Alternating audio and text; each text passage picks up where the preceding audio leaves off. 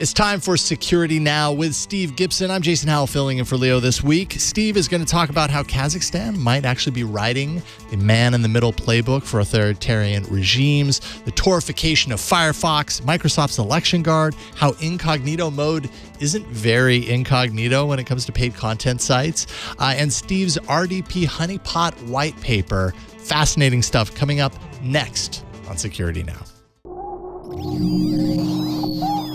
Netcasts you love. From people you trust. This is Twit. This is Security Now with Steve Gibson, episode 724, recorded Tuesday, July 23rd, 2019. Hide your RDP now. This episode of Security Now is brought to you by Worldwide Technology. Worldwide Technology's Advanced Technology Center is like no other testing and research lab, with over 150 different security services and applications, including OEMs like Cisco, and it's virtual, so you can access it 24/7. To learn more and get insights into all that it offers, go to www.com/twit. And by ExpressVPN. Protect your online privacy with one click. Yes, it's that easy. For 3 extra months free with a 1-year package, go to expressvpn.com/securitynow. It's time for Security Now. I'm Jason Howell filling in for Leo Laporte. That's right. He's gallivanting somewhere in the world. Joining me today is, of course, the man who makes this show entirely possible, Steve Gibson. Steve, how are you doing today? Great, and great to be with you. I wasn't expecting you to be co-hosting, so I'm delighted. This is a treat. Is Leo off on business, or do we know what he's? Someone must know what he's up to. I should really know whether he's off on business, but I think it's pleasure. Know.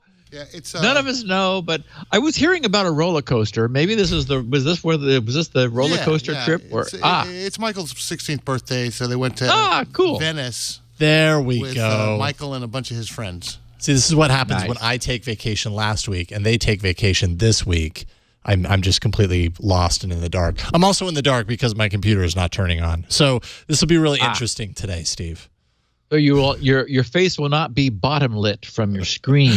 No. Lighting you up. Well, yes, exactly. I won't be casting a shadow behind me either, so it's all right. So we have episode 724 this week. That's right. And up until the last minute, I didn't have this title for the show, as you know, because you and I were talking for the last few hours as we were getting synchronized here. Yep. But a study that I read, a result of Sophos's setting up some RDP honeypots to get a sense for bad guys trying to log in to Microsoft's remote desktop protocol. The numbers were so compelling, and not in a good way, that I thought, okay, that has to be the topic for this week's podcast. So. And their conclusion was the same thing that I have recommended to our listeners while we've been talking about Blue Keep exploits and the problem of the fact that it's now possible to get into RDP servers without authenticating. The fact that there's really no safe way to have a remote desktop protocol exposed. And so, for example, I use it like crazy, but there's no open port anywhere, and it's just not secure enough. It has had a troubled past, and so I titled this podcast "Hide Your RDP Now," because one way or another you really need to have it hidden. But we'll get to that. We're going to start off looking at something bad that has happened, which unfortunately we saw coming. I got a lot of tweets from our listeners over the last week saying, oh my God, this is what you were worried was going to happen. And yes, looks like it is. Then we're going to look at the changing security indication feedback provided by browsers. In this case, some changes coming to Firefox to follow what Chrome has done. The ongoing challenge of keeping browsers compatible when important but non-standards compliant websites apparently are designed for one particular browser, but no one bothers to test them on other browsers. That turns out to be a problem. Also, we have the failure and then the subsequent repair of incognito browsing mode. The possibility, really interesting, of a forthcoming super incognito mode for Firefox. A very fast new TLS stack written in the Rust programming language. Microsoft's promised open source release of their voting machine election software, which I'm very excited about. Yet another widely deployed, exposed, and exploitable internet server, more than 1 million of them, just waiting for people to hook up.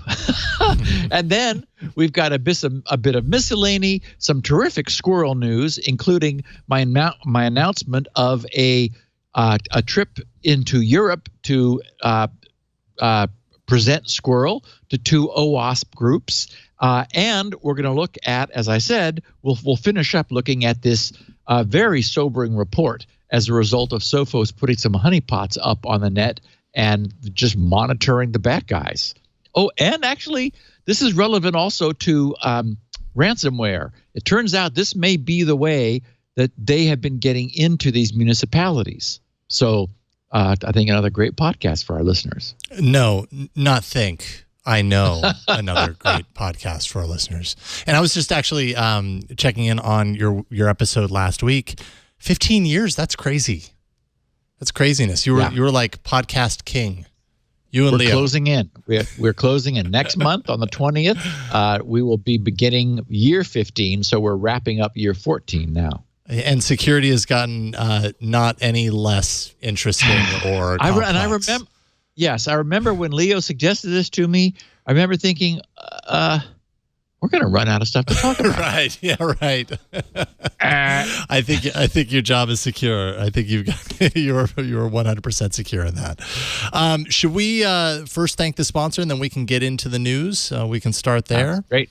Awesome. This episode of Security Now is brought to you by Worldwide Technology. WWT began building their advanced technology center 10 years ago.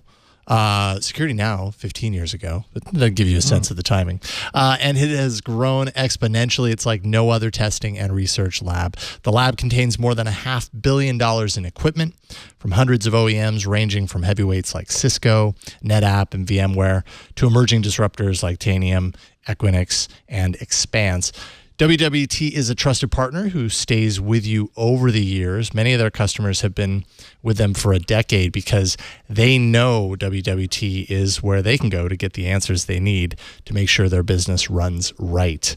Their ATC is an incubator for IT innovation, offers a number of things, hundreds of on-demand integrated solution labs, representing the newest advances in endpoint security architecture, software-defined networking, network automation, flash storage, and a whole lot more. You can also learn about products before you launch. WWT's engineers use these environments to quickly spin up proofs of concept and pilots using the sandbox so customers can confidently select the best solutions. In many cases, in fact, this reduces concept time from months to weeks, which increases speed to market, and that's a great thing. They also offer lab as a service, a dedicated lab space within the ATC. This is where customers can perform programmatic testing using the vast technology ecosystem that WWT has already built. And it's virtual, so you can take full advantage of ATC's unique benefits anywhere in the world, 24/7, literally anytime. WWT engineers work in these labs every day. They're beta testing new equipment. They're building reference architectures and custom integrations to help their customers make decisions and see results faster and with much less investment. And later this summer, WWT will be launching a new digital platform with hands-on access to more than 200 lab environments. That's a lot of information. You can learn all about it, learn more about WWT, the ATC, and sign up for pre-launch access to their new on-demand lab platform by going to wwt.com/twit. WWT simplifies the complex. That's wwt.com/twit.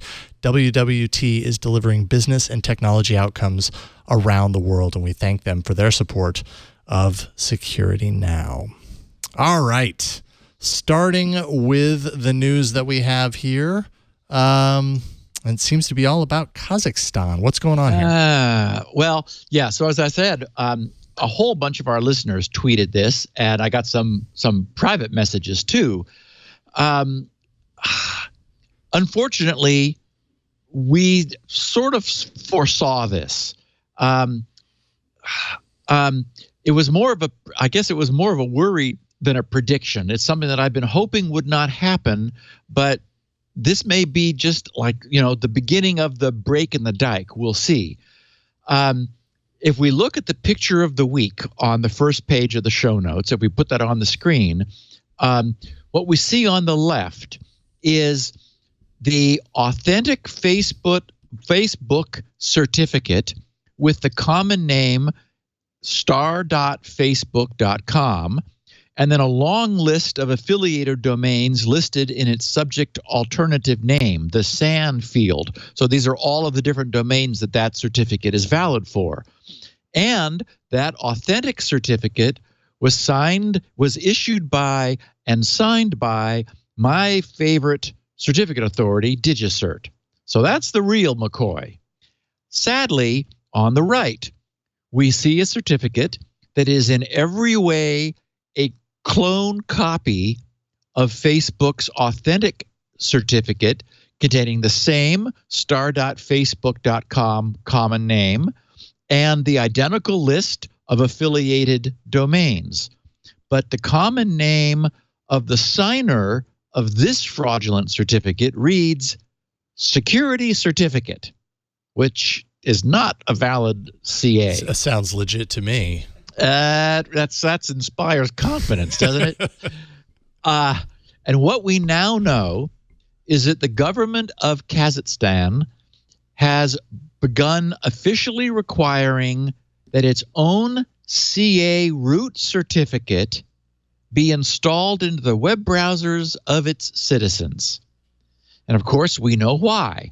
It's so that it can do just what we saw. That certificate, that fraudulent Facebook.com certificate, was synthesized by Kazakhstan and signed by their root certificate. It, of course, would never be trusted. It's bogus. It's fraudulent. So it would never be trusted by anyone's browser anywhere, except if you had installed their root cert in your machine, which is what they are now beginning to require their citizens to do. They say that this will allow them to increase the security and provide protection for the cities for the citizens of Kazakhstan. What we understand, of course, is that it allows essentially a man in the middle to intercept the traffic. This, we've talked about how enterprises often will do this. What was that? It's not Blue Keep. It's Blue something. I can't remember the name of it. There's a very often deployed, it's called a middle box. It's on the border of an enterprise. The employees in the enterprise install this certificate into their PCs, and actually it's done for them. It's typically done over the network. Anybody who connects a machine up on the network gets this certificate added to their machine.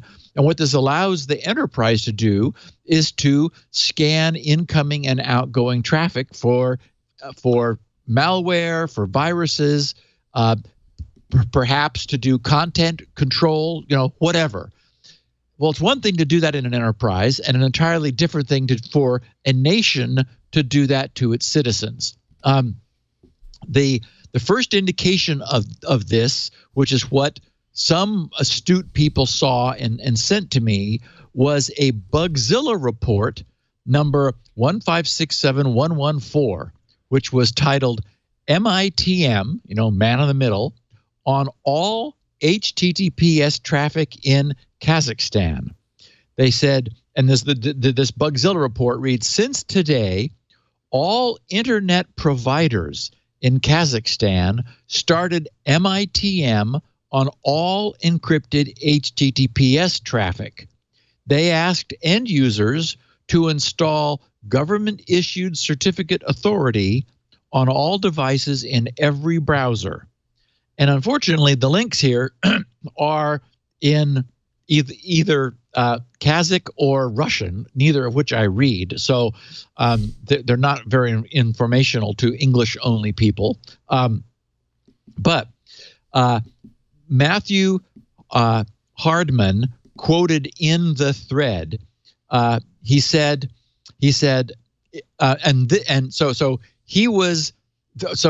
what this started was a dialogue that was held over on a thread, a discussion thread on Google, and his was, I think, one of the more insightful, balanced. What are we going to do about this? And a bunch of Mozilla.com people were involved and copied on this. He wrote, if the government of Kazakhstan requires interception of TLS as a condition of access, the real question being asked is whether or not Mozilla products, because this is at this point, this is over on the Firefox side, Mozilla products will tolerate being used in these circumstances. He says, your options, he's writing to the Mozilla people, your options are to block the certificate, in which case Mozilla products simply become unusable to those subjects to those subject to this interception, or not block the certificate. He says, I certainly think that Mozilla should not distribute the MITM root, nor do anything special to aid in its installation. I believe policy already makes clear that no included root, commercial or government, is allowed for use in MITM scenarios, and I believe that policy should be held firm.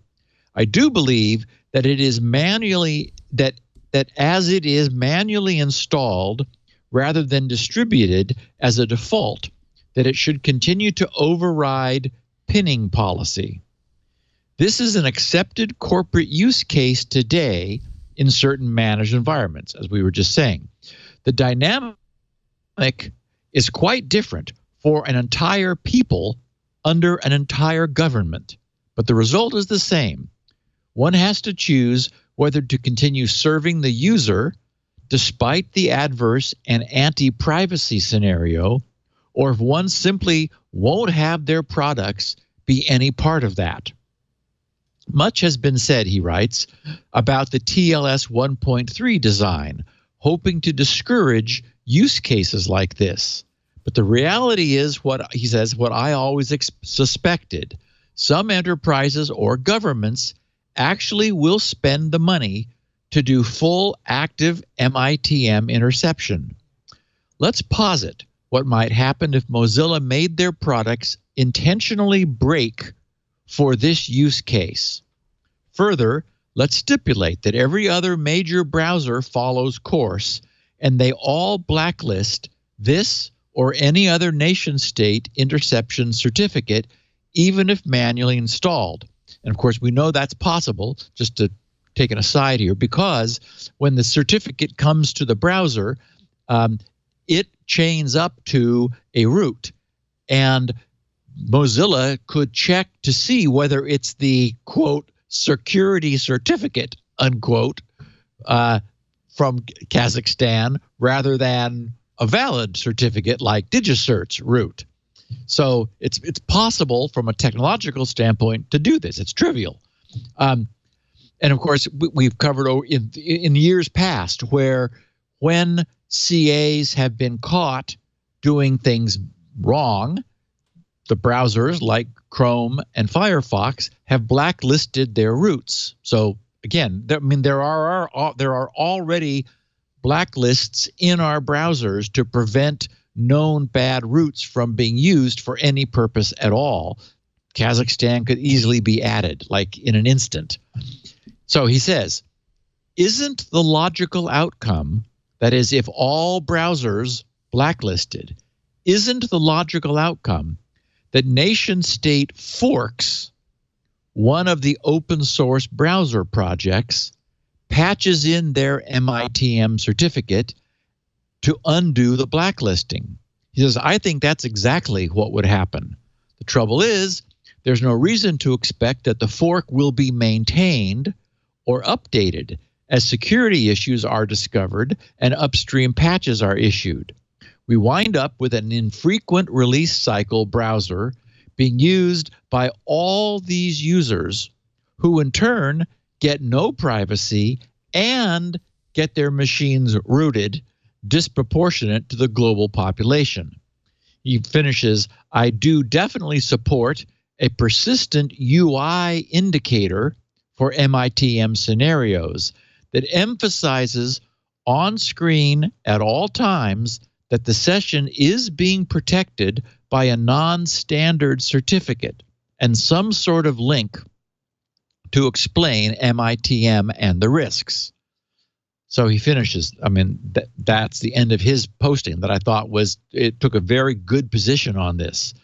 So some background here. The Kazakh government first tried to have all its citizens install a root certificate 3.5 years ago in December of 2015. And that sounded familiar, so I imagine it caught our attention, and we talked about it at the time. Back then, the government ruled that all Kazakh internet users had to install the government's root certificate by January 1st, 2016.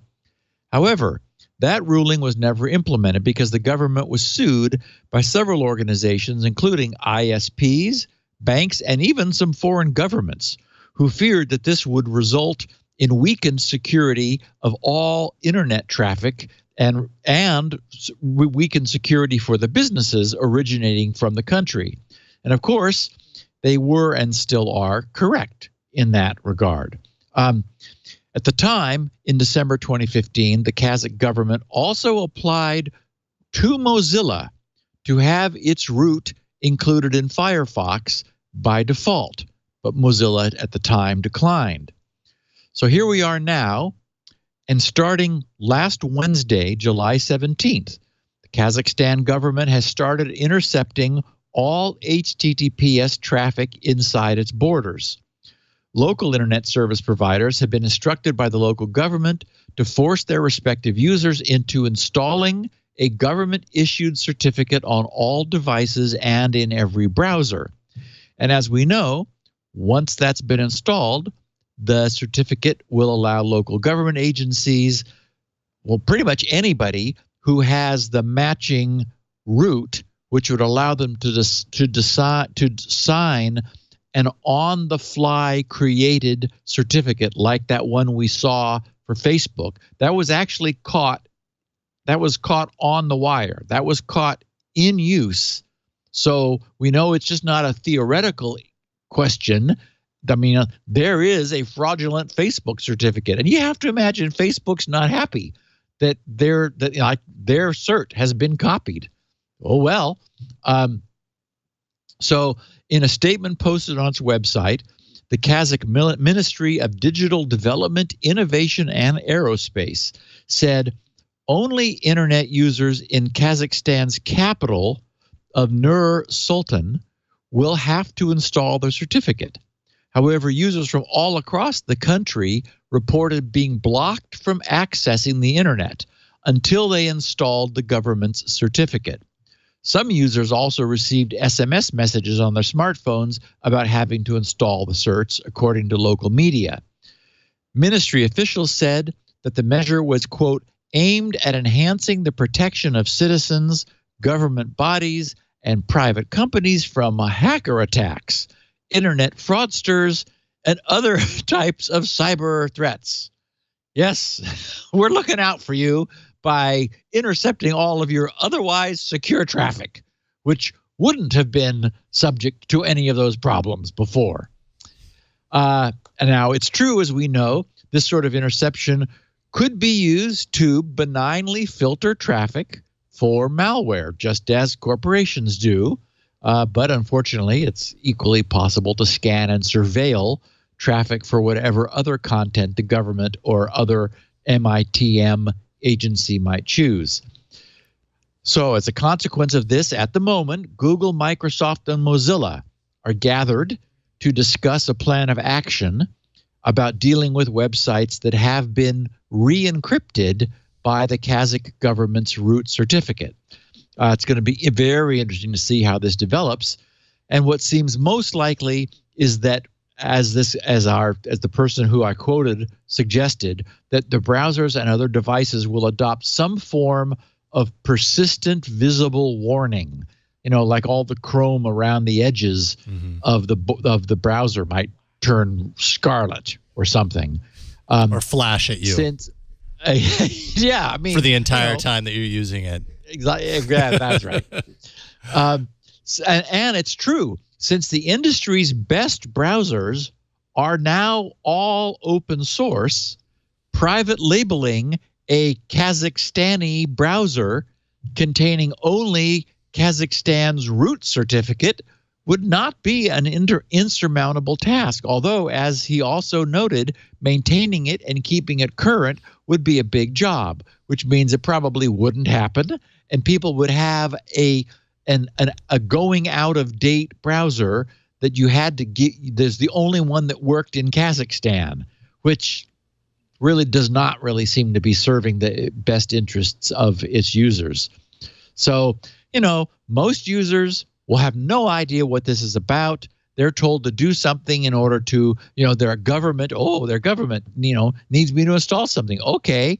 And so what choice do they have? I'm sure the media will give them a sense for what's happening. But anyway, so it's either, lose your privacy or lose the internet. You choose. And of course, it's also likely that other repressive and authoritarian governments are probably watching this to see what happens, because, they'd all like to do it too. Now, in some later follow-up reporting, the water was a bit muddied, although based on the fact that people outside of the capital were reporting they could not access the internet at all until they added the certificate. It really does sound like what this official cited. Caleb Chen, writing for the Private Internet Access blog, noted, he said, a Kazakh official clarified on the 19th that the installation of the certificate was voluntary and not a prerequisite to accessing the internet. Now, as I read that again, I'm thinking, well, maybe they meant like email or something that is not using HTTPS and browser certs. So maybe this guy is sort of trying to say, oh yeah, you could still use the internet, but okay, yeah, but not your browser, which is for many people the internet, just as the Google is the way you find the internet. Anyway, Caleb provided a link to the page, and I have it in the show notes for what good it does anyone. Maybe if you read Kazakh or Russian, I'm not even sure what language it was written in, but it's Google will translate it for you. By the way, it's Greek to me, and that translation is getting better too. It's isn't getting really good. I'm really impressed. I've not used it for a while. So anyway, so what do tech-savvy Kazakhs think about this? The Mozilla bug thread contains a posting from one. He says, I am a citizen of Kazakhstan. If Mozilla/Google Chrome developers see this message, I kindly ask you to consider blocking the above-mentioned certificate and any access to your browsers for the certificate holders. If this certificate didn't pass Web Trust Audit, it can be the same as presented in 2016, meaning same outcome. So blocking it from the major world browsers is the only chance for Kazakhs to avoid MITM attacks and keep at least some privacy rights, meaning that if blocked/blacklisted, the government will have to call back the certificate, as was done in 2016. He finishes, if the certificate is not blacklisted, but only the visual message will pop up warning users about untrusted certificate, it will not help, since majority of citizens, especially elderly ones, he writes, simply will not pay enough attention to such a message. So, of course, this has caused an industry-wide kerfuffle. Our illustrious crypto professor, Matthew Green, weighed in via Twitter. He tweeted, Matthew tweeted, "This is the future. This is the future all those cypherpunks warned us about. Let's hope the West sees the danger and doesn't look on it with admiration." So, yeah, that has happened, and we'll see how long it lasts. There was a big pushback, and as our listeners know, I have worried that at some point we in the U.S. might see our ISPs that are the perfect place to intercept and filter our HTTP traffic, quote, on our behalf, unquote. To protect us. Your ISP is the entity from whom you purchase your bandwidth, so it would be logical for them to say, okay, we're upgrading your service. You need to install this certificate in your browser in order to continue accessing websites on the internet through us. Boy. Not a bug, it's a feature. Hasn't happened yet. And boy, I'll be surprised if it does here, but we'll see. Yeah, I mean, that last comment from Matthew Green really feels like a 50-50 chance it could go either side of what he's saying there, either seeing the danger or looking on with admiration. You just really don't know. Well, and as we've said, our government is unhappy that it's unable to see into our browser sessions. Yeah. And so, I don't know. Yeah. Speaking of indicators and browser security and privacy, starting in October of this year with Firefox 70, so that's 2 from now, we're currently on 68, Mozilla will be prominently marking all HTTP, that is non-HTTPS pages, as not secure the way Chrome does now. What Mozilla has been doing with Firefox so far was only choosing to show not secure indicators on HTTP pages where it probably mattered more, meaning pages which accepted some user-provided content containing forms or login fields. However, today, the percentage of sites serving HTTPS has now surpassed 80%. I mean, it's just what you do. So their thinking is that users don't need good news for what is rapidly becoming the default, that is, being secure, but rather a warning when, for some reason, a site is not secured by HTTPS, because now that's the exception. Firefox developer Johann Hoffman wrote, quote, "In desktop Firefox 70, we intend to show an icon in the identity block, that's the left-hand side of the URL bar, which is used to display security, privacy information." And it's actually getting kind of crowded over there. That I had to use it this morning. I wanted to check out. I was monitoring MacBreak Weekly, and they were talking about the new Picard trailer for the Picard series coming out next year on CBS All Access. Leo and I had spoken of it. I'd seen the very first teaser, and I knew that at Comic-Con they had released the first long trailer. Anyway, so I wanted a high-resolution one, and I figured that CBS All Access would be the place to get it. So I went there, and I am a subscriber, and so I logged in, but it wouldn't show anything saying that I was filtering the traffic and their sponsors were trying to show me something that I wasn't letting them show. So I thought, and so I disabled uBlock Origin and then refreshed the page, and it still wasn't happy. And I thought, okay. Then I saw, okay, well, maybe something's still filtering stuff. So I switched to the in private browsing, still wouldn't display. And then I remembered that I had turned Firefox's anti-tracking all the way up to 12. So sure enough, one of the little icons over there, which is what made me think of it, was there. I clicked on it, and I made an exception to cbs.com. And then I was able to happily play the 2-minute and 8-second long Picard trailer, which I do recommend to all of our sci-fi interested listeners. It does. I mean, it's annoying that it's, not part of a broader subscription like Netflix or something. And CBS All Access, I think it's $10 a month, so it's not cheap either. But the upcoming series does look wonderful. And how fun to have Jean-Luc back. Anyway, the point is, Firefox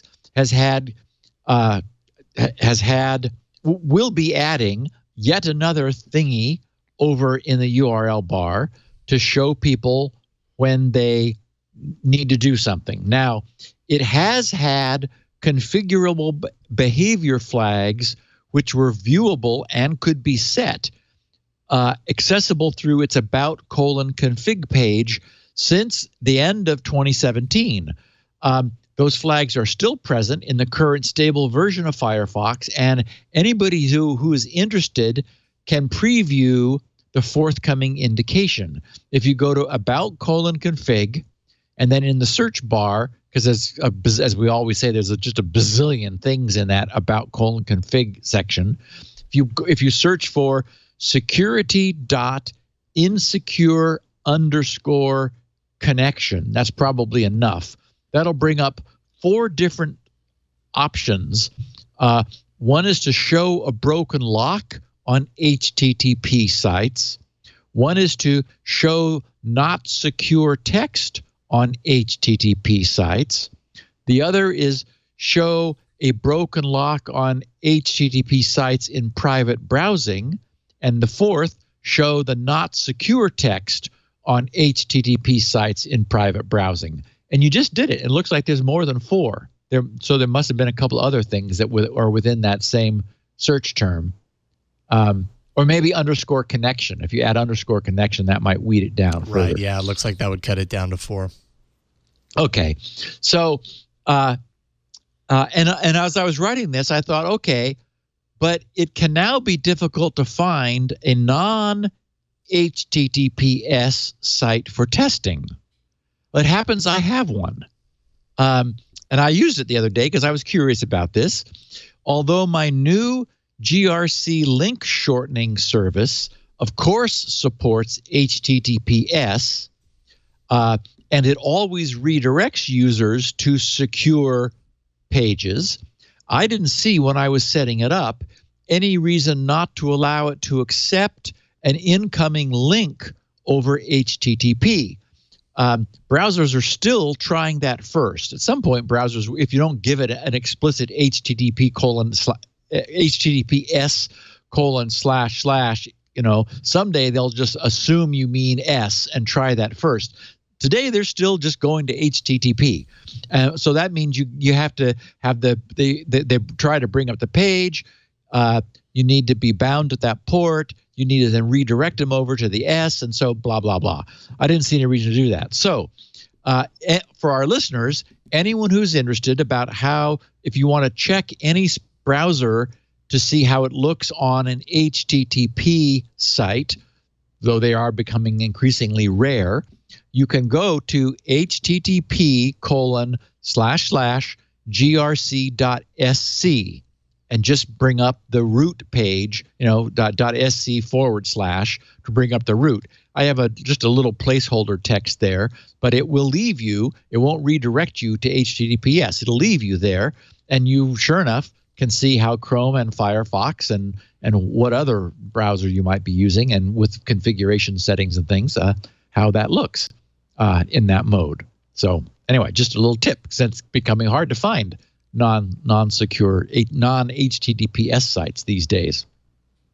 And speaking of Firefox's about:config page, Mozilla's Dan Callahan, writing about the changes in the latest, that is our current Firefox 68, he was explaining about some of the subtleties of browser behavior which were required to allow Firefox to operate on websites that were apparently written to expect some specific quirks of some non-Firefox browsers. He wrote, "Keeping the web open is hard work. Sometimes browsers disagree on how to interpret web standards. Other times, browsers implement and ship their own ideas without going through the standards process."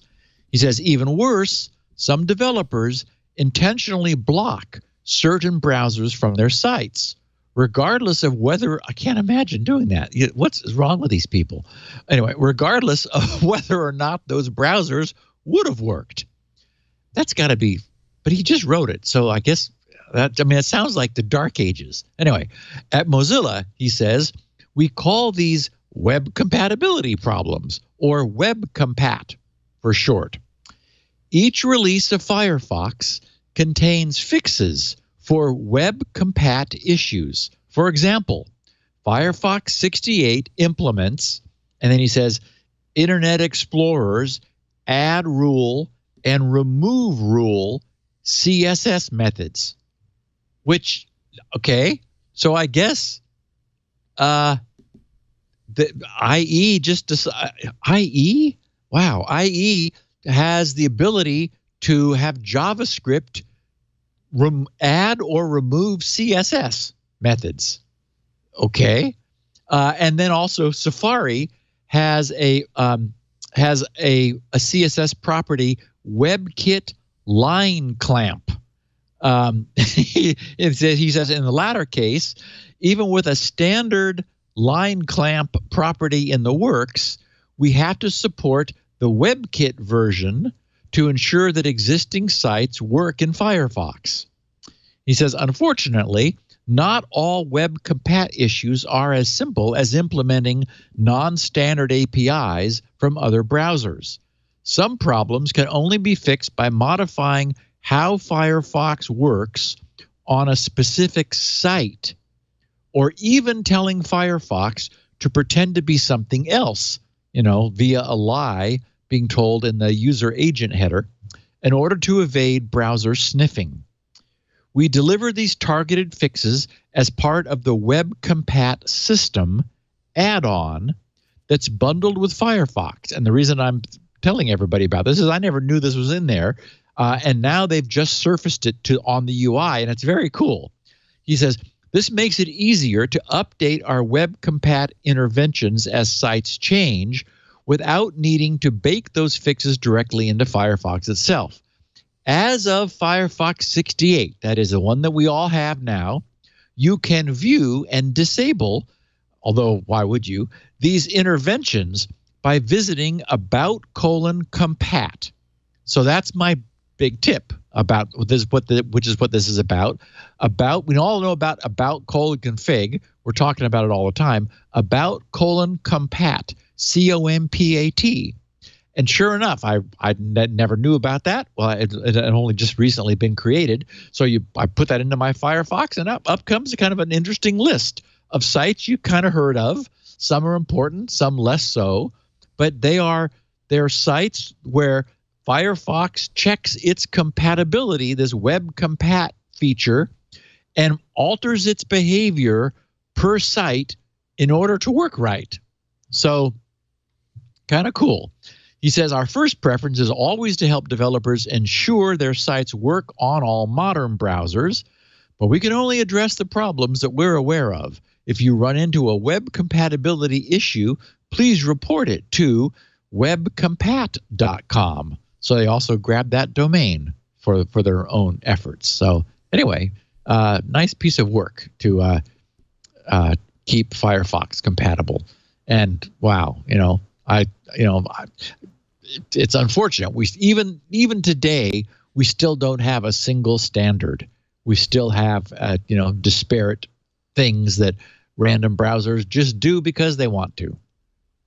Crazy. And they all seem to, at some point, hopefully, lift each other up onto the same plane. But well, yeah, one of the nice things with Edge, the fact that Microsoft gave up their own Edge engine, and they're now going to be adopting the Chromium engine in Edge for Windows. We automatically one fewer browser to be incompatible, because it'll be an Edge browser with a Microsoft wrapper. Right. And Jason, let's take our second break. I'm going to sip some coffee, and we'll then continue. Awesome. You drink that coffee. I'm going to drink a little VPN, a cup of VPN. This episode of Security, that makes no sense. This episode of Security Now is brought to you by ExpressVPN. You too can drink a cup of VPN if you like, and if you do, choose ExpressVPN. When you're preparing to travel abroad, maybe wait. That would be Espresso VPN. Nice. And now suddenly I want an espresso. Dang it. I did not expect that from a VPN ad read. If you are thinking about traveling somewhere, we've still got a few months left in the summer, and everybody's traveling this summer. I know I have been. There are a lot of things that you want to make sure of. You have a checklist to kind of make sure that you're packing all of these things. What I'm guessing is missing from that list is an app that's going to keep you safe and secure online while you're away, which is as important as everything else. And that app is ExpressVPN. ExpressVPN does not just encrypt your data while you're surfing the internet on public airport or hotel Wi-Fi. It even lets you stream and access content that normally would have been blocked in that country. So if you're in a country where this particular content is going to be blocked, ExpressVPN is going to allow you to connect to it easier. With ExpressVPN, you can unblock all of your favorite websites, have access to the internet just like you would if you were at home. ExpressVPN runs in the background of your computer or your phone, and you use the internet just as you normally do. You just download the app, click to connect. It's like a single button. You tap that, it connects, and you're protected. Boom. ExpressVPN is the fastest VPN that I've tried. I love it. It costs less than $7 a month. It comes with a 30-day money-back guarantee. ExpressVPN uses new cutting-edge server technology called Trusted Server. Trusted Server actually prevents the operating system and apps from ever writing to the hard drive. So many different ways that ExpressVPN is protecting you. So no matter what you're trying to browse online, ExpressVPN gives you instant access all over the world. You don't want to travel anywhere this summer or even beyond without downloading ExpressVPN. I mean, going to the airport and connecting to the public Wi-Fi there, you got 3 hours to kill. You're waiting for your plane. You're all delayed.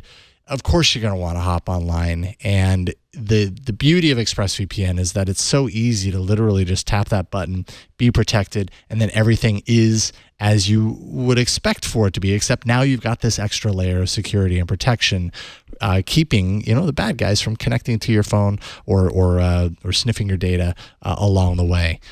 You're protected. That's the beauty of ExpressVPN. Protect your online activity today and find out how you can get 3 extra months free with a 1-year package at expressvpn.com/securitynow. That's expressvpn.com/securitynow. You'll get 3 extra months free with a 1-year package. One more time, expressvpn.com/securitynow is the place to go to learn more, and we thank ExpressVPN for their support of Security Now. This next story, it speaks to me a little more than some of the other stuff that we've talked about today, only because in the preparation that I do for the shows that we do on the network, so we've got subscriptions to a lot of the sites that we pull news from, but we don't. I mean, obviously, we can't buy a subscription to every single site, and every once in a while, you run into that free article limit, and dang it, I want to read this. I want to invite that person on to talk about their article, and I can do nothing. Well, I guess I could sign up, but anyways. So what you're talking about is that we probably all encountered teaser paywall websites that allow a limited number of articles to be viewed per month by non-subscribers. And this sort of feels like a workable compromise between fully open and fully closed sites.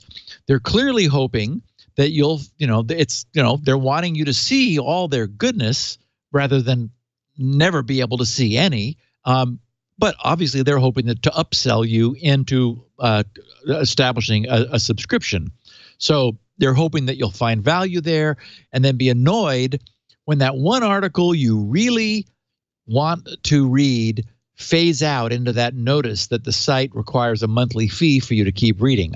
I get hit by that all the time, just like you, Jason, when you're putting the shows together. And this, of course, begs the question, how are they counting the number of pages you visited? The answer could be some form of fingerprinting, but we know that browser fingerprints, while containing some entropy, are not unique. Many other browser users will coincidentally have a browser with the same fingerprint, since it's just based on a bunch of characteristics that are visible from script on your browser. And these sites are not attempting to block rocket scientists, after all, from having access. They're only trying to put up a barrier to casual users, which is to say, it's not like it's impossible to get around this. So the way they're clearly doing it is by the universally available first-party domain cookies, which everybody has enabled in order to effectively use the internet. So it wasn't long before people who want to read that one additional article but didn't want to join up discovered that switching to their favorite browser's incognito or private browsing mode, whatever it's called on your browser, made that possible.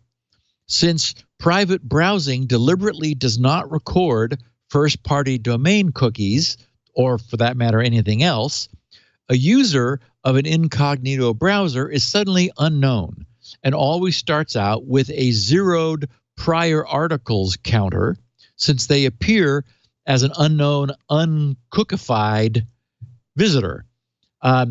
And of course, in this cat and mouse world, just as it didn't take long for the users of private browsing for this trick to become widespread and spread either to be discovered independently or spread by word of mouth, neither did it take the web developers then long to figure out a way, at least in the case of the internet's #1 web browser, Chrome, how to detect when somebody was visiting their paywalled site incognito. And then, for example, if you visit any article on the Washington Post's website using Chrome's incognito mode, you'll be greeted with the message, quote, "We noticed you're browsing in private mode. Private browsing is permitted exclusively for our subscribers." Wait, what? If you're a subscriber, then they know who you are, and that's not very private. But they said, and their note continues, "Turn off private browsing to keep reading this story, or subscribe to use this feature, plus get unlimited digital access," unquote. But wait, what? The idea of being identified, even as someone who is visiting incognito, sort of puts the lie to the whole incognito thing, right? Indeed. It's like, wait a second, you're not supposed to know anything about me, including, and perhaps even importantly, that I have deliberately chosen not to have you know anything about me, including that. So this occurred to the engineers at, as Leo used the term last week, the Goog, which is now... I love it. It's an endearing term. The Goog, yes. This occurred to the engineers at the Goog, so they decided to do something about it.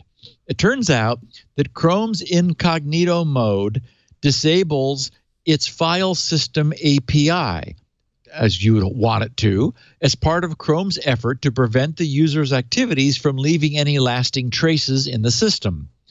Websites figured out that this could be easily checked with a bit of JavaScript running on the page. So that's what generates that "please disable your incognito mode to receive a limited amount of free stuff" message.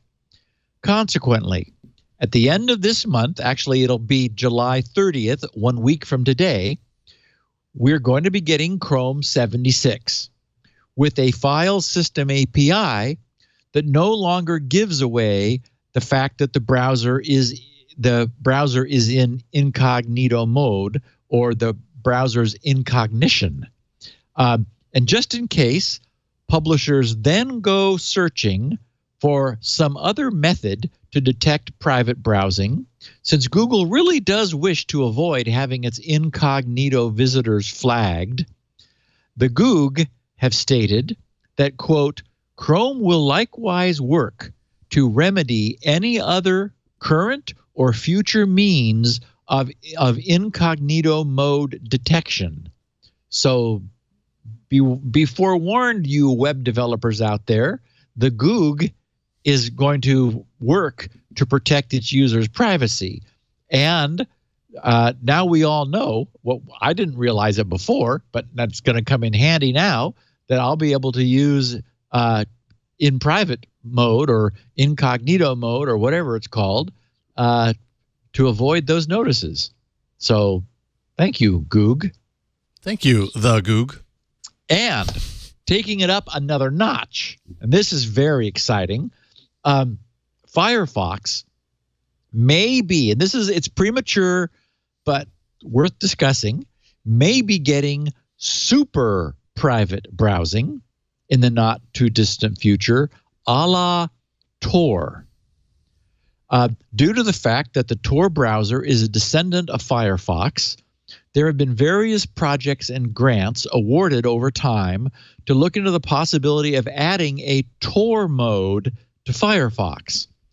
This is exciting because setting up a Tor session takes some doing, and also because wrapping all outbound traffic in a multi-layered, successively encrypted onion, and then having that traffic bounce 3 or 4 times around Tor nodes, while each successive layer of the onion is stripped and decrypted and then forward onto the next Tor node, means that surfing the web through Tor is not for the impatient.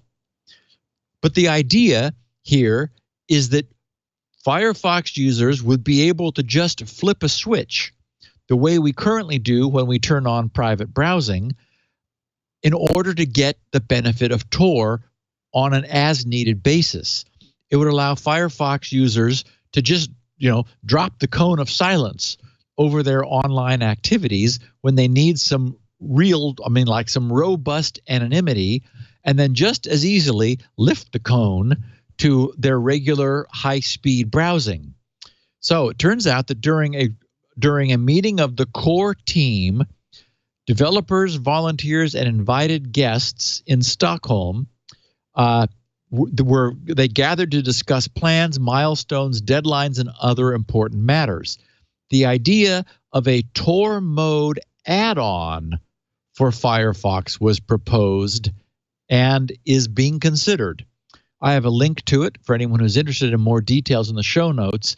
What was said on that page is there is an idea to, in the future, have Firefox use Tor in private browsing mode, or in a new extra private mode. That will they said that will take a lot of engineering work and buy-in. That is to say, meaning to innately, natively embed Tor into Firefox. So they're kind of wanting not to do that. So they said to help smooth the path, there is a proposal for a Tor mode add-on. This would not be packaged with the browser by default, but would be something that users could download from addons.mozilla.org to give them a Tor mode button or similar. It would allow users to experience what an eventual full integration with Tor would look like. It could also help gauge interest, by counting downloads and usage and so forth. Someone whose handle is ACAT, his name is Alex Catarino, has demonstrated how to compile Tor to WASM. So that's been done. WebAssem. This would allow packaging all the necessary Tor code inside the add-on itself without a dependency on an external binary. The add-on would still need to be privileged. A privileged add-on is one with elevated privileges compared to a standard web extension. It can call XPCOM functions, for example, which are otherwise privileged. A privileged add-on needs to be signed by Mozilla, but the idea for this proposal is to have it produced and distributed by Mozilla anyway, so that's not a problem. The add-on would configure the browser to use Tor as a proxy, as well as setting various prefs to prevent proxy bypasses and resist fingerprinting and so forth, much like those that are currently being set by the Tor browser, which is based on Firefox. Discussion of visual options for UI, under that topic, they said clicking the Tor mode button would probably open a new window that uses a dedicated profile. This is because some of the prefs that the add-on has to set are global to a profile, not to a window or tab. So that is to say, it could not be a Tor mode tab on an otherwise non-Tor mode browser window. It would just have to give you a new window. And then they asked what to do about HTTP. The reason, the feeling is that it's dangerous to pass unauthenticated HTTP through exit nodes.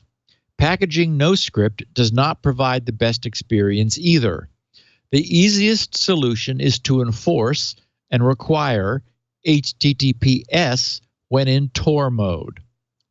So, this is well in advance of any timeline or any kind of a release number target. But it's neat that the Tor gurus are thinking along these lines. As for myself, beyond experimenting with Tor just for the experience, to play with it, in order to talk about it for the podcast, I've never used it seriously because I don't have a big need for, persistent anonymity when I'm on the net. But I, for one, would add a Tor add-on to my browser if it made it just as simple as clicking a button for those, few and brief times when being truly stealthy would be useful, and when I could put up with a much slower browsing experience because, it is a lot slower. But still very cool that kind of idea would be forthcoming. Rust has been in the news recently, the language, because Microsoft recently announced that they were going to be seriously considering Rust as the systems implementation language for their projects moving forward, which is to say moving away from C, C++, and even C#, which is, their own C. And along those lines, Rust, and it's hard to pronounce this because we need two T's. It's Rust-TLS, but it's RUSTLS. So Rustless, I guess. That seems about right for me, Rustless. Rustless. Or Russells. Yes. Russells. Russells have ridges. Right. So it turns out that somebody wrote a TLS stack in Russells, and it outperforms SSL in nearly every way. It is a tiny, it's tiny and a currently relatively unknown TLS library written in Rust. Benchmarks were performed by its author, Joseph Pierre Bixton. Or I'm sorry, Burr. I got the P and the B backwards. Joseph Burr Pixton, who is the author of the Russells library. Joseph's findings showed that Russells, I love saying that, Russells, was 10% faster when setting up than OpenSSL when setting up and negotiating a new server connection, and between 20 and 40% faster when on the other end receiving or initiating setting up a client connection. And of course, these days, most TLS traffic relies on resuming previously negotiated handshakes. That is, if the endpoints agree on the material that they had previously established, then they're able to more quickly they're able to cut out some of the handshake traffic back and forth and just say let's continue using the existing cryptographic material that we had previously exchanged. So that is resuming existing connections, and there it's between 30 and 20%.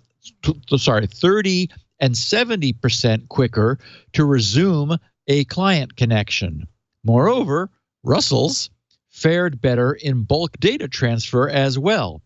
Joseph's measurements showed that Russell's could send data 15% faster than OpenSSL and receive it 5% faster. And just to put a cherry on top of all that good news, Russell's uses only half the memory consumed by OpenSSL.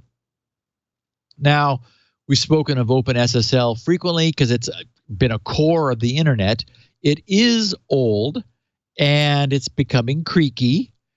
And we're beginning to see more and more alternatives appearing. But it has been the workhorse. It's where all new SSL-related ideas are first developed and proven, and then over time they evolve. So it's evolved SSL all along the way, acquiring all of SSL's additional features and being the test bed for them. And then, of course, it was used to make the straddle from SSL to TLS, and then to evolve TLS. And we all know that anyone using any brand new TLS stack should initially do so with an extra supply of suspenders, because TLS is a complex protocol and you don't want to find your pants down around your ankles. So, which is to say, it's neat that there is a brand new fast TLS stack written in Rust, but I would be cautious because it's hard to do this right the first time. That said, Rust is probably well suited to this sort of application. Unlike C and C++, Rust has security designed into the language itself to avoid memory-related security bugs. Microsoft did a study, and they showed that roughly 70% of all the problems they find in their own code, or embarrassingly other people find in their own code, 70% are memory allocation, memory management, memory, buffer overrun, buffer underrun type bugs. And now it's looking like Rust is generally able to outperform code written in C and C++. Rust was initially developed by Mozilla. Firefox, since 2016, has had Rust in it. It's been rusty, and getting more so. And I remember that it was ridiculed at first, wasn't really taken very seriously, but as it's proven itself, it's really becoming a serious language. I think when I was doing some background research, all of the Stack Overflow surveys since 2016, so 2016, 17, 18, and even 19, have all put it as #1 most favorite language. It has a clear, clean syntax. It's easy to learn. People are loving it. So I guess I think it's a strongly typed language. So it's got a lot of the features that programmers are liking to help prevent them from making errors. Firefox and Brave browsers are relying on Rust components, and large companies are adopting Rust. Cloudflare, Dropbox, Yelp, and NPM have adopted it for their production systems. The Tor project is experimenting with Rust. And even Facebook's recently launched Libra cryptocurrency will be using Rust. And as I mentioned, last but not least, Microsoft just recently announced their plan to use it. So, and here I had in my notes, it's come out on top as the most popular programming language in Stack Overflow's developer survey the past 5 years, although there's only 4 years. 2016, 2017, 2018, 2019. So maybe it's going to be the same way in 2020. Who knows? Yes. The outlook is positive. For a positive outlook. For anyone who's interested, it's rust-lang.org. rust-lang.org. And on that site, which is, of course, pro-Rust, they say of performance, Rust is blazingly fast and memory efficient. With no runtime or garbage collector, it can power performance-critical services, run on embedded devices, and easily integrate with other languages. Of reliability, Rust's rich type system and ownership model guarantee memory safety and thread safety and enable you to eliminate many classes of bugs at compile time. And of productivity, Rust has great documentation, a friendly compiler with useful error messages, and top-notch tooling, an integrated package manager and build tool, smart multi-editor support with auto-completion and type inspections, an auto-formatter, and more. So anyway, it does look like it's something that's worth looking at. So I wanted to put Joseph's Rustless library on everyone's radar in case there might be some interest and need. And also it's because computer languages are fun. As I've mentioned before, I plan to accelerate my own development of SpinRite 7, not 6, not the 6 dot releases, but the 7, because I plan to add a large array of features, whereas 6.1.2.3 and so forth will be performance-oriented, support broadening work. What I plan to do is to develop the low-level driver code for the SpinRite 6.x series, but then to implement the next UI and its underlying and the technology underlying the UI in something that's faster for me to prototype and experiment and work with. I had been thinking Python for that, but I'll definitely take a look at Rust. And I know that Leo would be saying, "Steve, look at Lisp, but no, I'm not writing SpinRite 7 in Lisp. So, but maybe Rust. I mentioned Microsoft and election security. I'm excited about this. Last week, during the Aspen Security Forum, Microsoft announced ElectionGuard, which is they announced and demonstrated. They had some kiosks running. It's a new open source technology which can be used to secure modern electronic voting machines. And thank God, it is not the beginning of Microsoft balloting machines based on Windows 10. No, we're not going to have that.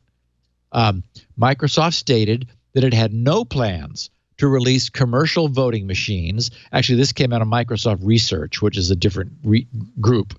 Instead, they said they plan to release the ElectionGuard software on GitHub under an open source license later this year.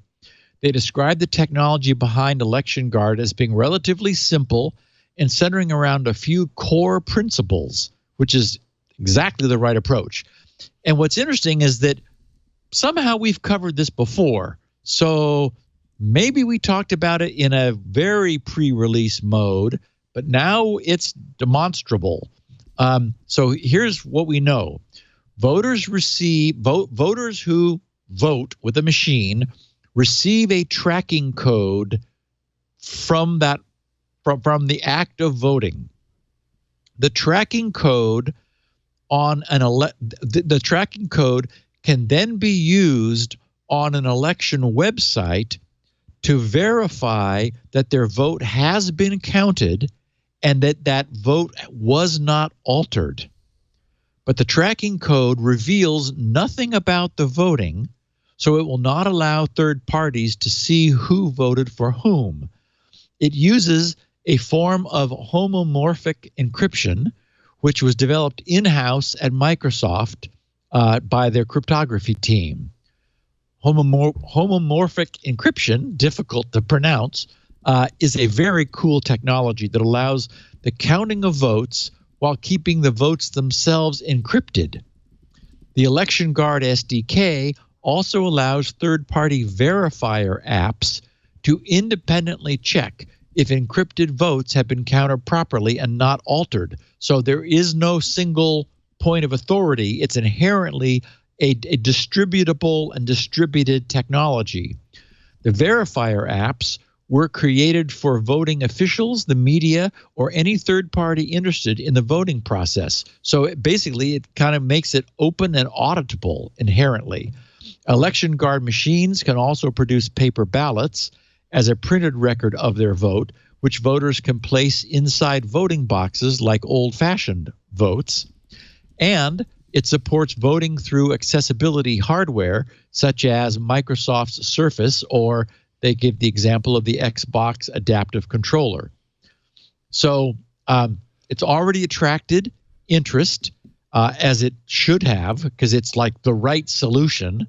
Microsoft hopes voting machine makers will use its new ElectionGuard software for their own products. And according to Microsoft, the SDK has been warmly welcomed by some voting machine vendors already.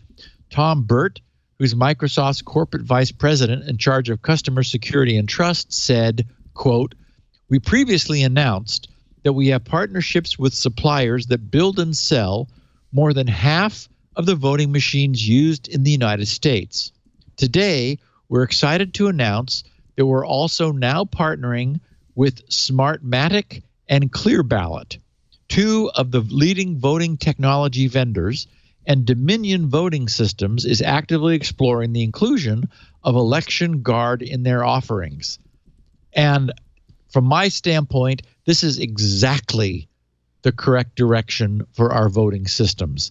As I said before, it's fine for the likes of Diebold to manufacture and sell the hardware, but the way they work and what the way their machines work and what they do cannot be allowed to remain proprietary secrets. That's just ridiculous.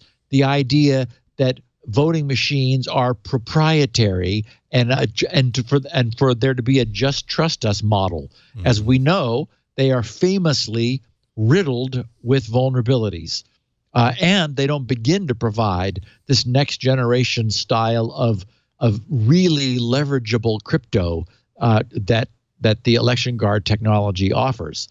So the whole entire notion that some random hardware manufacturer has some kind of secret sauce to protect our votes is utter nonsense. And it will take someone with a solid reputation, just like Microsoft Research, to offer an answer at no cost to the hardware vendors. And it being open inherently means all the academicians can attack it and see if they can find any problems. So I just say a big yay to this. It's really good news. Yeah, it makes a lot of sense.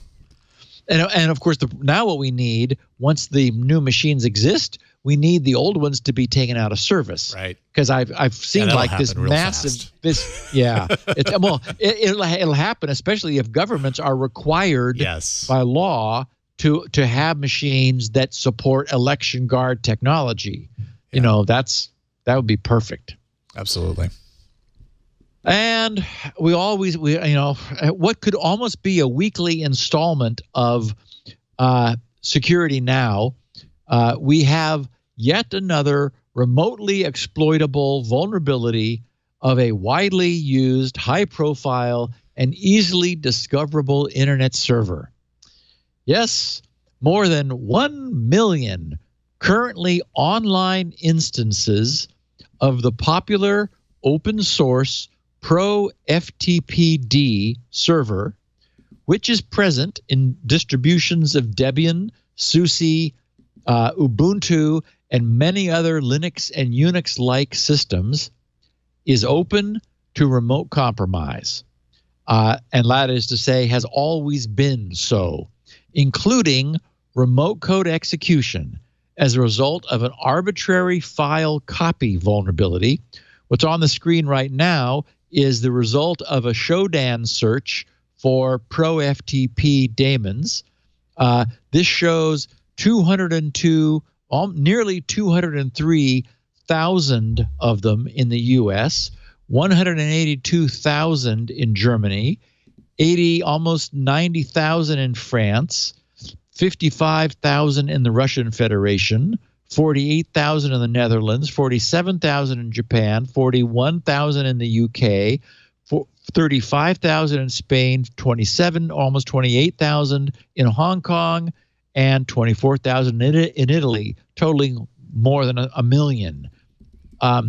All ProFTPD versions up to and including the latest 1.3.6, which was released back in 2017, are currently vulnerable unless their default configuration has been modified. And we know what that means.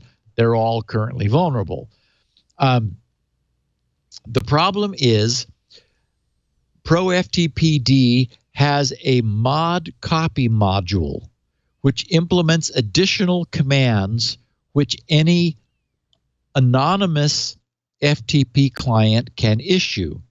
The ProFTPD site explains, quote, the mod copy module implements site CPFR and site CPTO, that's copy from, copy to commands, which can be used to copy files/directories from one place to another on the server without having to transfer the data to the client and back. Okay, so the ProFTP developers, they said, hey, let's enhance FTP rather than requiring you to download a file and then upload it somewhere else. Let's just allow you to give some commands to cause the FTP server to perform essentially an intra-site file or directory copy. So they are anonymous.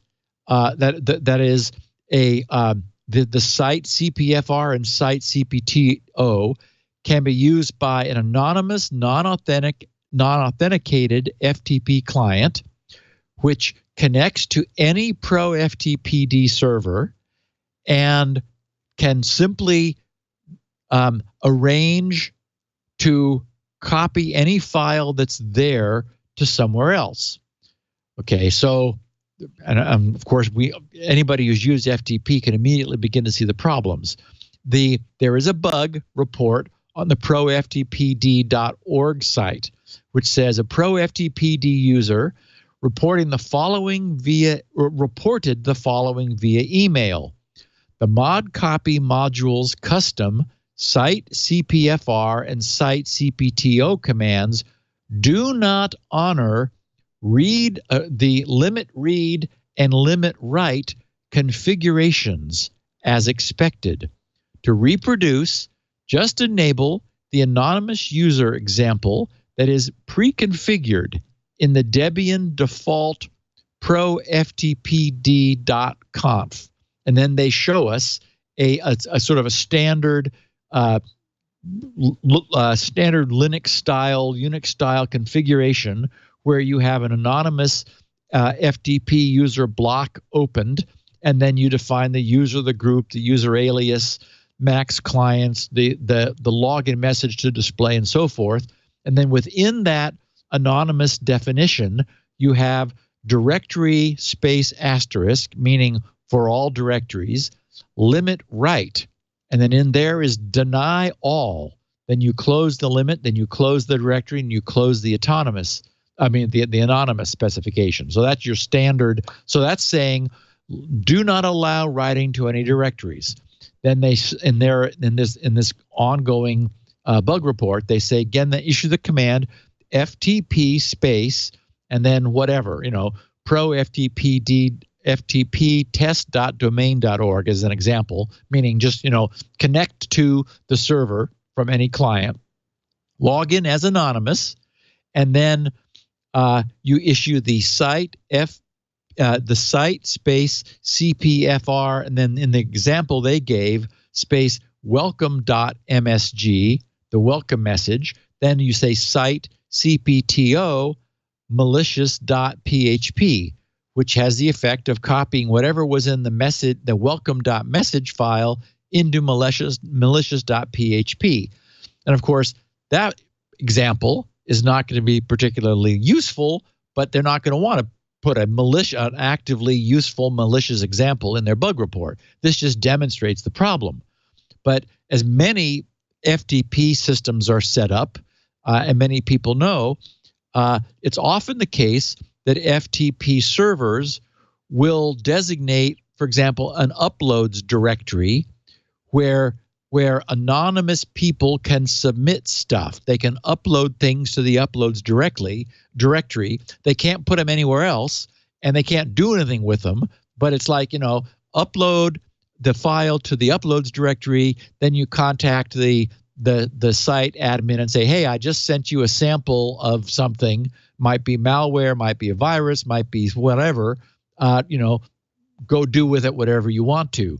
The point is, now the bad guys upload something to the uploads directory, then they issue these two commands to copy the thing they uploaded that they should have absolutely no other access to except uploading it to that directory. They now copy it wherever they want to on the server. So it's very clear that this is a very bad problem. And if any of our listeners do have a ProFTPD server up and running, you want to immediately, and that's the remediation, immediately disable that mod copy module. That mod copy module was the add-on which adds these two commands that that no one's probably using anyway. So it's another example of this should never have been turned on by default and left on by default. One wonders why it was even written as an extension, but there it is. So make sure you're not using it. That would be you'd be much happier not to have your people basically replacing files on your server, anywhere on your server at their whim based on FTP. Yikes. I have a note from Patrick Delahanty, who is a web engineer. Who? People have probably heard his name. Patrick Twit.tv. Delahanty? Okay, Twit. Oh, he works here. He's one of the hundreds of people walking past me in the hall on the way to the studio. One of those many people. He keeps the lights on. Yes. And he's about to come in here and glare. Okay, so he's glaring at me right now. I knew that was going to happen. Literally, his office is right on the other side of the studio door. So, hi. I got email from Patrick this morning. He said, "Hi, Steve. I've been making some simple Apple TV apps for some Twitch shows that have evergreen content people like to watch even after the content has been rotated out of our podcast feeds. I've released a Security Now app for Apple TV that uses the Twit API to access content and lets people watch or listen to every episode. Yes, all 724, going all the way back to the beginning. Nice. So for everyone who's listening, http://twit.to/SNTV. twit.to/SNTV for Security Now Television. And Patrick, thank you very much for doing that and for letting me know so I can let looks really good. All of our listeners know. Yeah, it looks awesome. Very cool. So I have some Squirrel news. Nice. Yeah, Scott White has Squirrel Squirrel-SSP working, which is a very nice pluggable implementation of the Squirrel Service Provider API, which he has written in Go. And I know from interacting with him over in the Squirrel forums that he developed it specifically to be very horizontally scalable. My own implementation is a sort of a single server approach. And so we've been going back and forth, and what he's got written in Go up on GitHub is highly scalable for much bigger installations. Paul Farrer has a reference implementation of the SSP API in C, which he closely translated from mine, which I provided to him. I gave him the source, which is in assembly language, because Paul's also comfortable with assembler. And so it's a feature-complete implementation and supports several different TLS stacks. Daniel Person, who created the Android client and the WordPress plugin, both which then evolved into very effective team efforts, is now working on a Squirrel LibPAM module. PAM, of course, being a pluggable authentication module for Linux. So that's on the way. Adam Lenda, working with PHP and Squirrel, is working to add Squirrel support to the PHP Symfony application development framework. So that's in the works. Jürgen Haas has Squirrel for Drupal 8 coming. And meanwhile, the Android, iOS, and web browser extensions are rapidly nearing completion. Those are all clients. I finished the second of the 4 Squirrel documents to fully specify Squirrel. As we know, the first one was Squirrel Explained, and the next one is titled Squirrel Operating Details. Before making it widely available, and it's not quite yet, I notified those in GRC's news group, the NNTP news group, who have passed a very fine-tooth comb through it, finding many typos and also noting grammatical mistakes. Thank you very much, all. So I will be revisiting the document to incorporate all of their suggestions as soon as I'm through with the podcast, and I'll post it widely as soon as that's ready, so I think in a day or two. And I'm now at work on the third document, Squirrel Cryptography, which will detail all of the crypto glue that holds Squirrel together. And then the final document will be Squirrel on the Wire, which will document the communications protocol down at the character level. When these are finished, we'll have both a top-down and a bottom-up view of Squirrel. So I am very excited to get the documentation wrapped up. And last but certainly not least, I'm very excited to have been invited to present Squirrel in late September to 2 OWASP groups, which will be meeting in Dublin, Ireland, and Gothenburg, Sweden. Both have graciously offered to cover the direct travel and lodging costs for Lori and me. Lori would never forgive me if I went without her. So I'm very much looking forward. Yeah, very much looking forward to that. 2 months from now, I will be at the OWASP meeting in Dublin, Ireland on September 24th. And then 2 days later at the OWASP meeting in Gothenburg, Sweden on September 26th. They, of course, have Security Now listeners. And if they have room, I'd love to meet more of our listeners at those meetings. So anyone who's interested should contact the organizers of those OWASP chapters and inquire about attending. It would be fun to meet more people and shake hands and so forth. That sounds like a blast. Lots happening. Yeah, that's great. Very happy with the way things are developing and rolling out. Absolutely. And Jason, our last sponsor insert, and then let's talk about the crucial need to hide your RDP. This episode brought to you by Twit, host of many fine podcasts, because we don't have a third sponsor today. I forgot to ask you how many we had. It's okay. We can sponsor our own shows. We've got some awesome shows. Twit.tv. I was all ready to drink some coffee, so I'm going to do that. Go ahead, drink your coffee. Can you dance around a little bit, Jason? I can't dance around. I can do the kind of breakdance worm move, but that's about it. I'm ready to go. I'm not sure if the Venn diagram of a breakdance worm move and security now crosses very deeply, but there it is. So, Sophos titled their research, RDP Exposed, the Wolves Already at Your Door. And for anyone who is interested, as you haven't heard this before, Jason, but I announced GRC's link shortener a week or two ago, and I just talked about it. In fact, in the context of HTTPS, non-S, HTTP:// and I saw that you brought up the non-secure page. I used it to shorten the very long Sophos link to the PDF of their report. So for anyone who's interested, and it's this podcast's number. So, well, actually, SN724. So grc.sc/SN724. grc.sc/SN724. That will bounce you to the Sophos PDF titled RDP Exposed, the Wolves Already at Your Door. And it's much longer. I'm summarizing it.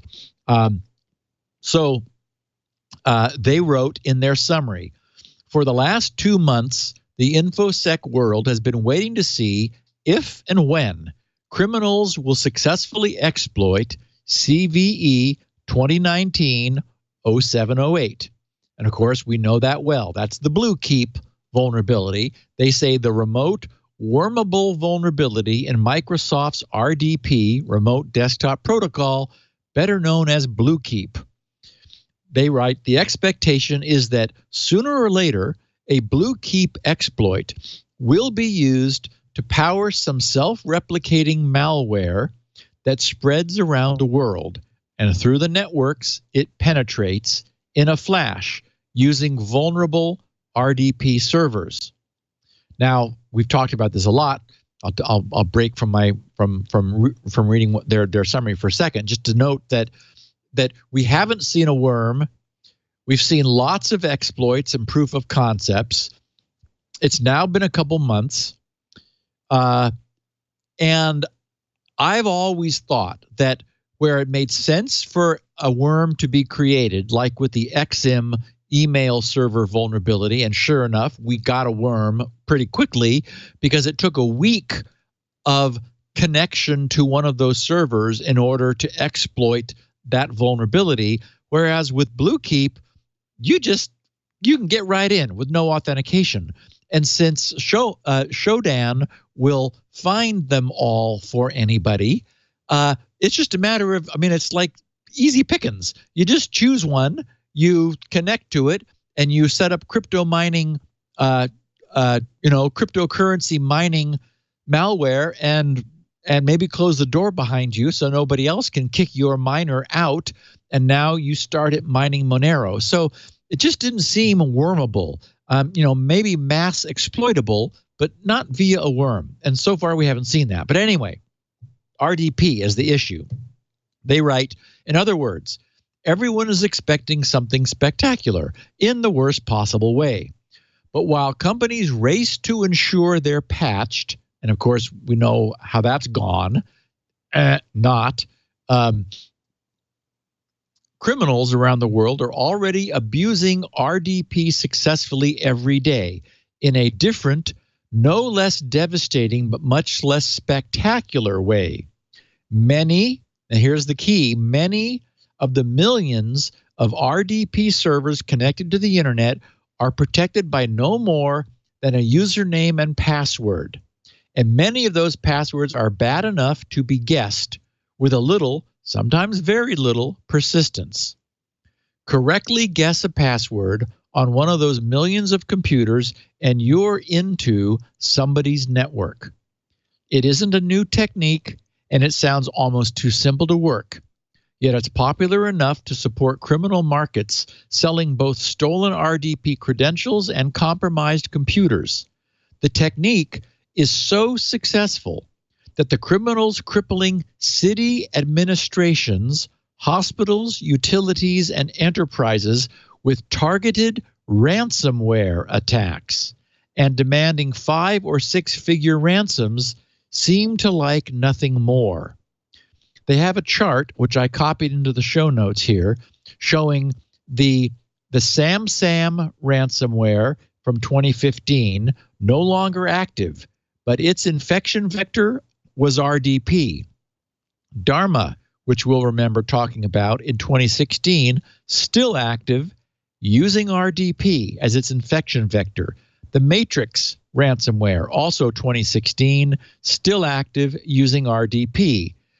BitPaymer, 2017, still active, using RDP. And we've been talking about it a lot, Ryuk, which has recently been the ransomware that infected all of the various municipalities, a bunch of them in Florida, and the Georgia court system, using RDP. So, we've wondered how they're getting in. Is it phishing? We know in one instance that was tracked down to a phishing link, but in some cases, the IT people are unable to say how. Well, if those networks had RDP exposed and they had not patched. So remember, either dumb username and password, easy to get in, or you did not patch it after Microsoft said you must, then that's apparently one of the ways this ransomware is getting into people's networks. So they continue, all of which might make you think there must be a lot of RDP password guessing going on. Now that would apply to patched RDP servers. Remember, no need to guess with any of those millions that have not yet been patched. However, many more are patched.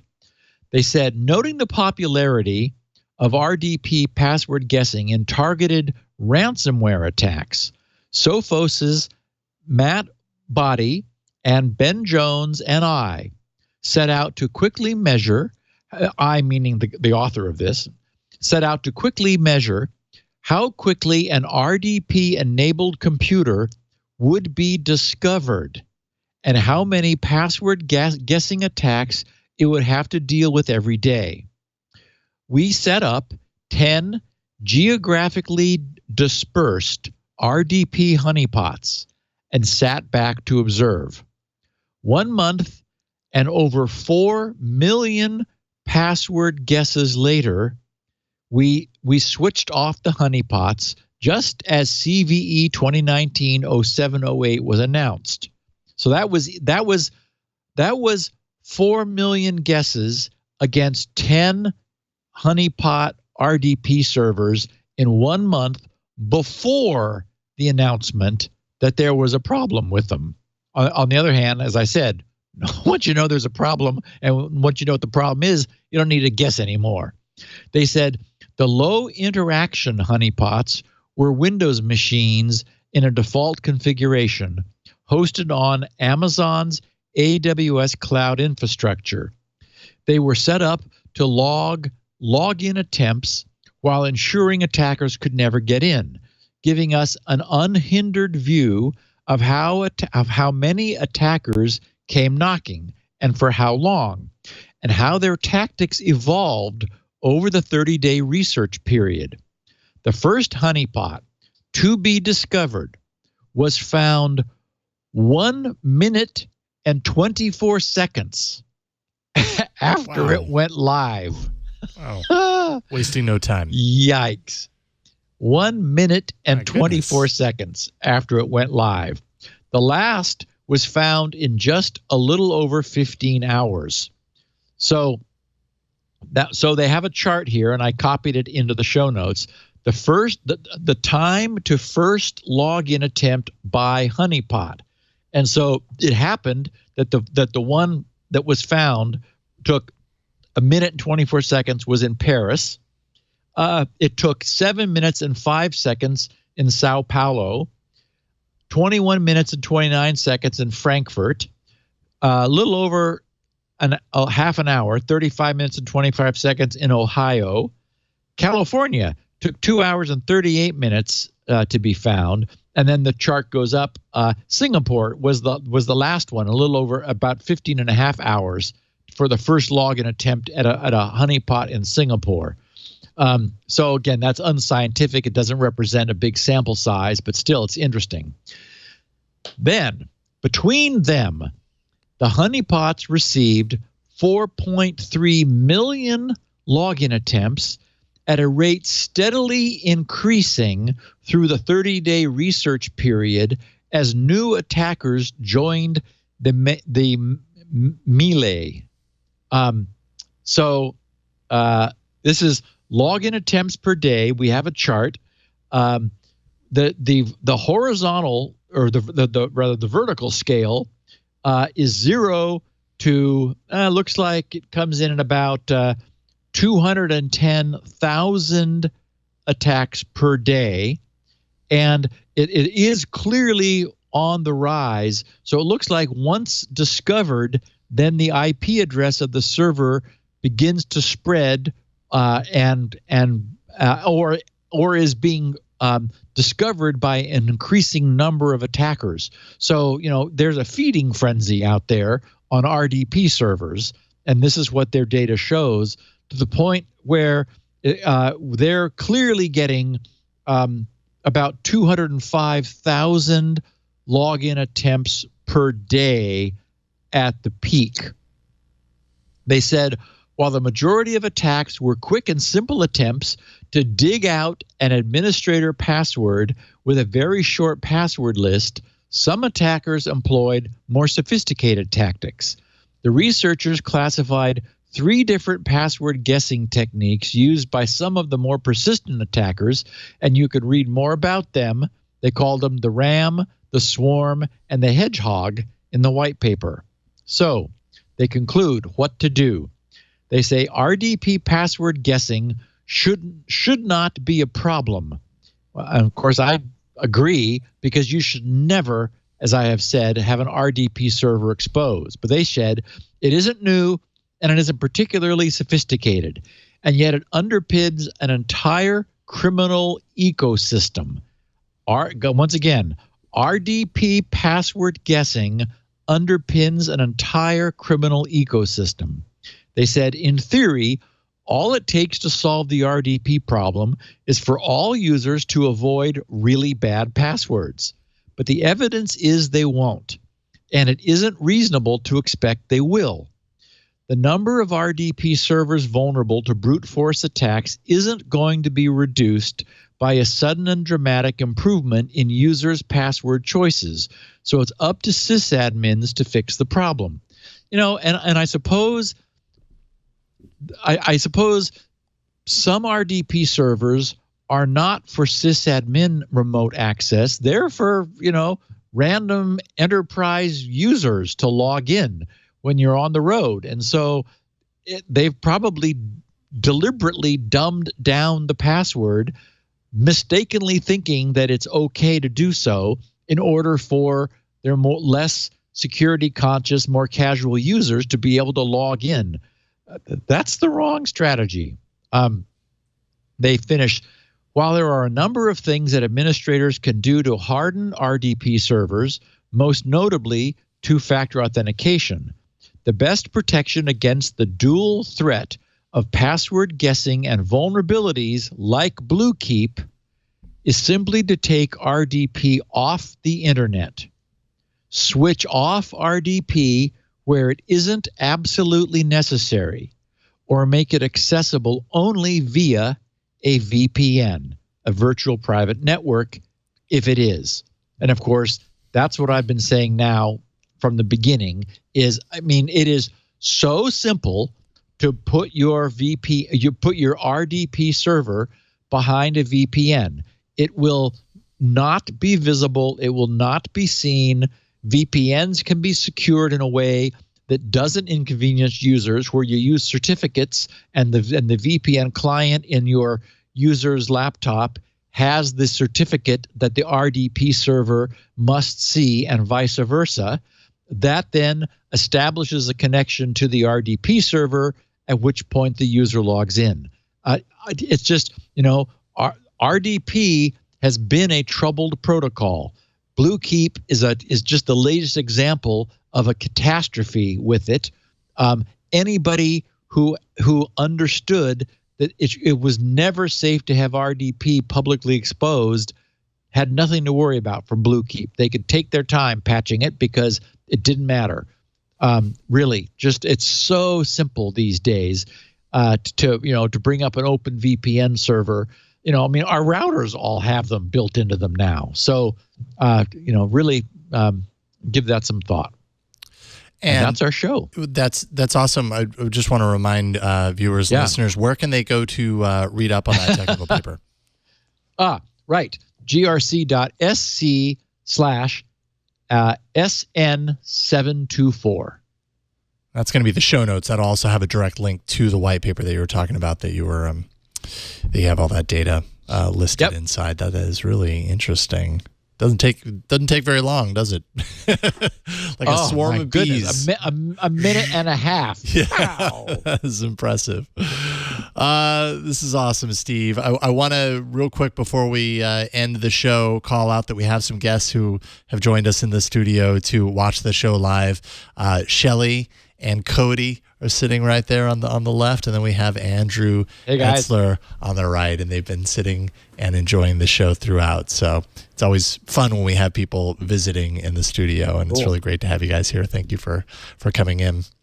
Anyone can, by the way. Tickets at twit.tv. If you email there, we can get you set up and then put out a chair for you in the studio while we record Security Now and any other show that we do on the Twit Network. But as for Steve, go to grc.com.